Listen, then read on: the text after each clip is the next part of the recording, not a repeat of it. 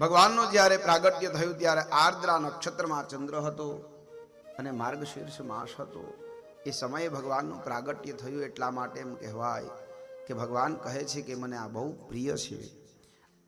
આર્દ્રા નક્ષત્રમાં મહાદેવની પૂજા કરવામાં આવે, મહાદેવ ખૂબ પ્રસન્ન થાય. સાહેબ,